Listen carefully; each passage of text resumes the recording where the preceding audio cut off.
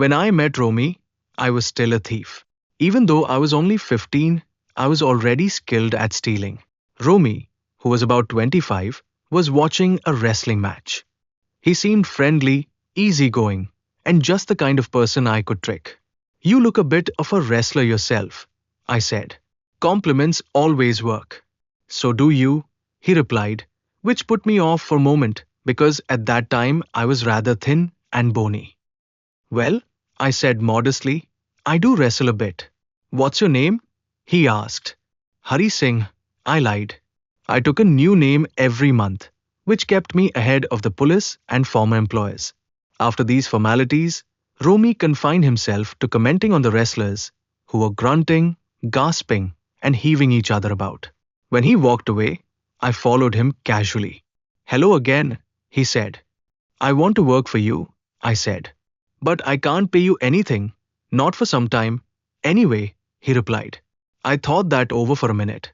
Can you feed me? I asked. Can you cook? He asked. I can cook, I lied again. If you can cook, then maybe I can feed you, he said. He took me to his room over the Delhi sweet shop and told me I could sleep on the balcony. But the meal I cooked that night must have been terrible because Romy gave it to a stray dog and told me to be off. But I just hung around, smiling in my most appealing way, and he couldn't help laughing. Later, he said, Never mind, I'll teach you to cook. He also taught me to write my name and said he would soon teach me to write full sentences and do basic calculations. I was grateful. I knew that once I could write like an educated person, there would be no limit to what I could achieve. It was quite enjoyable working for Romy. I made tea in the morning and then took my time buying the day's groceries, usually making a small profit of 2 or 3 rupees. I think he knew I earned a little extra this way, but he didn't seem to care.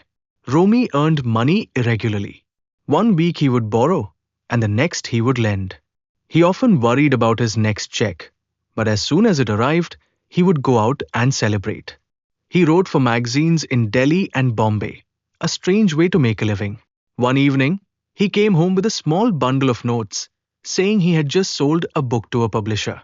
That night, I saw him put the money in an envelope and hide it under the mattress. I had been working for Romy for almost a month, and apart from cheating on the grocery money, I hadn't done anything serious in my real line of work. I had plenty of chances to do so. I could come and go as I pleased, and Romy was the most trusting person I had ever met. That was why it was so hard to rob him. It was easy for me to rob a greedy man, but stealing from a kind man was much harder. And if he doesn't notice he's being robbed, then all the excitement is gone. Well, it's time I got down to some real work, I told myself. If I don't take the money, he'll only waste it on his so-called friends. After all, he doesn't even pay me a salary. Romy was sleeping peacefully. A beam of moonlight stretched across the balcony and lit up his bed. I sat on the floor, thinking it over. If I took the money, I could catch the 10:30 express to Lucknow. Quietly, I slipped out of my blanket and crept over to his bed. My hand slid under the mattress, searching for the bundle of notes. When I found it, I pulled it out silently. Romy sighed in his sleep and turned to his side. Startled, I quickly moved out of the room. Once I was out on the road, I started running. The money was tucked safely into the pocket of my vest under my shirt. When I was far enough from Romy's place, I slowed down, pulled out the envelope, and counted the cash. 700 rupees in 50 rupee notes. I could live like a king for a week or two. When I reached the station, I didn't bother with the ticket office. I had never bought a ticket in my life, and ran straight onto the platform. The Lucknow Express was just leaving. The train was moving slowly, and I should have jumped on, but I hesitated. By the time I decided, it was gone. I found myself standing alone on the deserted platform. I had no idea where to spend the night. I had no friends, believing that friends were more trouble than help. And I did not want to arouse curiosity by staying at one of the small hotels nearby. The only person I knew really well was the man I had robbed. Leaving the station, I walked slowly through the bazaar. In my short career, I had made a study of people's faces after they had discovered the loss of their valuables. The greedy showed panic, the rich showed anger, the poor, resignation. But I knew that Romy's face when he discovered the theft would show only a touch of sadness, not for the loss of money, but for the loss of trust.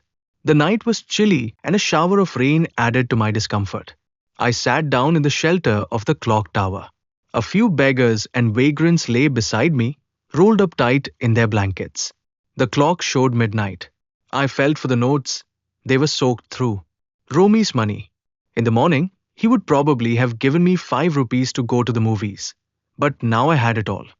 No more cooking meals, running to the bazaar, or learning to write sentences. Sentences. In the excitement of the theft, I had forgotten about them. I knew that writing complete sentences could bring me more than just a few hundred rupees. Stealing was easy, but becoming a clever, respected man was different. I should go back to Romy to learn to read and write. Feeling nervous, I hurried back. It's much easier to steal than to return something unnoticed. I opened the door quietly, standing in the moonlight. Romy was still asleep. I crept to his bed, took the packet of notes, and felt his breath on my hand. I paused for a moment before slipping the money back under the mattress. The next morning, I woke up late to find Romy had already made tea. He handed me a 50 rupee note. My heart sunk. I made some money yesterday, he said. Now I can pay you regularly. My spirits lifted, but when I took the note, I saw it was still wet from the rain. So he knew what I'd done.